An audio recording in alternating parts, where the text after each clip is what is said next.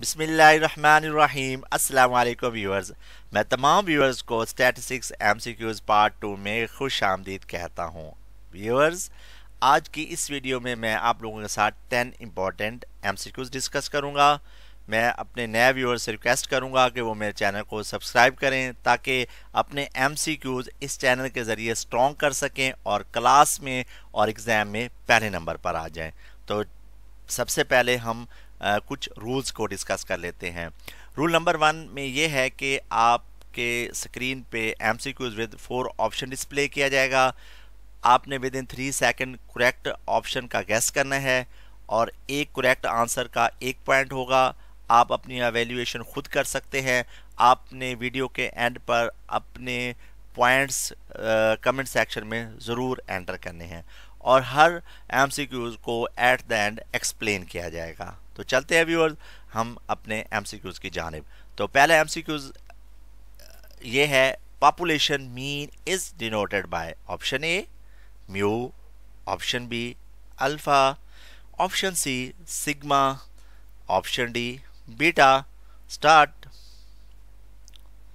Times up. जी viewers, correct option है mu.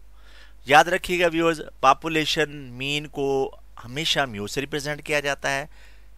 Alpha represent करता है इंटरसेप्ट को, सिग्मा रिप्रेजेंट करता है स्टैंडर्ड डेविएशन को और बीटा रिप्रेजेंट करता है स्टैटिस्टिक्स में स्लोप को।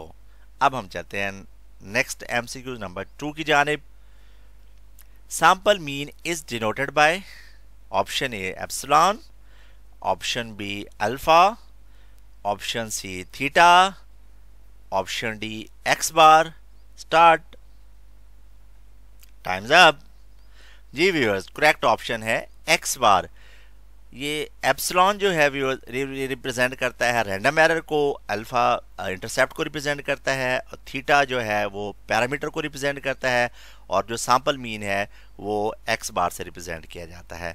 तो व्यूअर्स, ये दो एमसीक्यूज बहुत अहम है, तो मैं दोबारा रिपीट कर रहा हूँ। पॉपुलेशन मीन को रिप्रेजेंट किया जाता है म्यू के साथ, सैंपल मीन को रिप्रेजेंट किया जाता है एक्स बार के साथ। अब हम चलते हैं नेक्स्ट एमसीक्यूज नंबर 3 की जानिब। Random error is denoted by option A beta, option B omega, option C epsilon और option D rho. Time start, times up. Correct option है व्यूअर्स एप्सिलॉन। जी व्यूअर्स, ये जो बीटा है ये रिप्रेजेंट करता है स्लोप को, मेगा जो है रिप्रेजेंट करता है सैंपल स्पेस को और ये जो ऑप्शन डी है व्यूअर्स, ये पी की मानेदाई से हम पॉपुलेशन कोरिलेशन कहते हैं। ये इसको हम रो बोलते हैं, इसे पी नहीं बोलना आपने। तो ये था व्यूअर्स आपके पास MCQs number 3। Next, population size is denoted by option A K, option B M, option C capital N, option D small n. Time start, times up. तो व्यूअर्स, करेक्ट ऑप्शन है कैपिटल एन। जी viewers, याद रखिएगा आप लोग, population size हमेशा capital N से represent किया जाता है। अब हम चलते हैं नेक्स्ट एमसीक्यूज नंबर 5 की जानिब। Sample size is denoted by option A small n, option B K, option C M, option D capital N. Start, times up. जी व्यूअर्स, करेक्ट ऑप्शन है एन। तो व्यूअर्स, यहाँ पे दो बातें मजीद और याद रखिएगा। पॉपुलेशन साइज को रिप्रेजेंट किया जाता है कैपिटल एन से और सैंपल साइज को रिप्रेजेंट किया जाता है स्मॉल एन से। नेक्स्ट एमसीक्यूज की जान चलते हैं व्यूअर्स।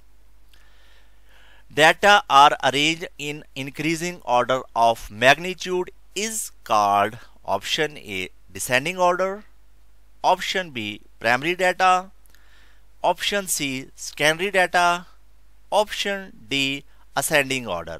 Start. जी व्यूअर्स, करेक्ट ऑप्शन है इसकी ascending order। जी व्यूअर्स, अगर हम डाटा को इंक्रीजिंग ऑर्डर में तरतीब के साथ लिख दें तो उसको हम कहते हैं असेंडिंग ऑर्डर, और जो डिसेंडिंग ऑर्डर होता है वो डिक्रीजिंग ऑर्डर में लिखा जाता है। तो ये व्यूअर्स आपके जो था एमसीक्यूज नंबर 6 था, जिसके अंदर मैंने आपको असेंडिंग ऑर्डर भी बता दिया है और डिसेंडिंग ऑर्डर में फ़र्क भी बता दिया है। अब चलते हैं हम नेक्स्ट एमसीक्यूज की जानिब।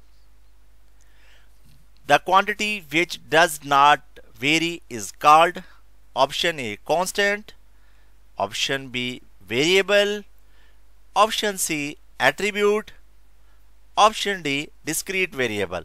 स्टार्ट। Times up. कांस्टेंट। जी व्यूअर्स, इस में एक बात याद रखिएगा, ये वाला एमसीक्यू मोस्ट इंपॉर्टेंट है। उसकी वजह यह है कि कई स्टूडेंट्स को ये नहीं पता चलता कि फिक्स्ड क्वांटिटी को हम क्या कहते हैं और वेरिएबल क्वांटिटी को क्या कहते हैं। जो फिक्स्ड क्वांटिटी होगी उसको हमेशा कांस्टेंट कहेंगे, जैसा कि number of days in a week, number of months in a year, वो फिक्स्ड ही होते हैं। यानी कि एक हफ्ते में 7 दिन होते हैं।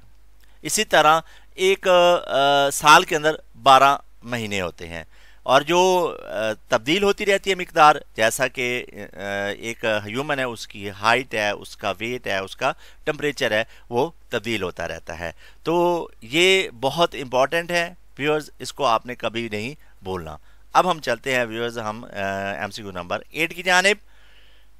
First hand data is called. बहुत इजी है viewers. Option A datum, option B secondary data, option C primary data, option D questionnaire.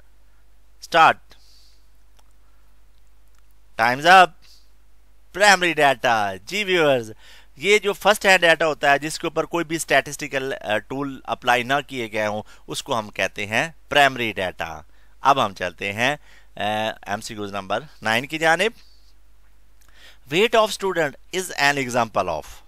Option A attribute, option B constant, option C fixed variable, option D continuous variable. Start. Times up. इसकी correct option है viewers continuous variable. Viewers याद रखिएगा, जो चीज़ major की जाती है वो continuous variable कहलाती है, जो चीज़ काउंट की जाएगी वो डिस्क्रीट वेरिएबल कहलाएगी। वेट किसी भी स्टूडेंट का हमेशा मेजर किया जाता है, काउंट नहीं किया जाता। ये बात आप जहन नशीन कर लें।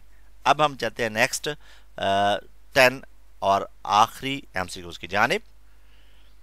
When statistics is applied in economics is called.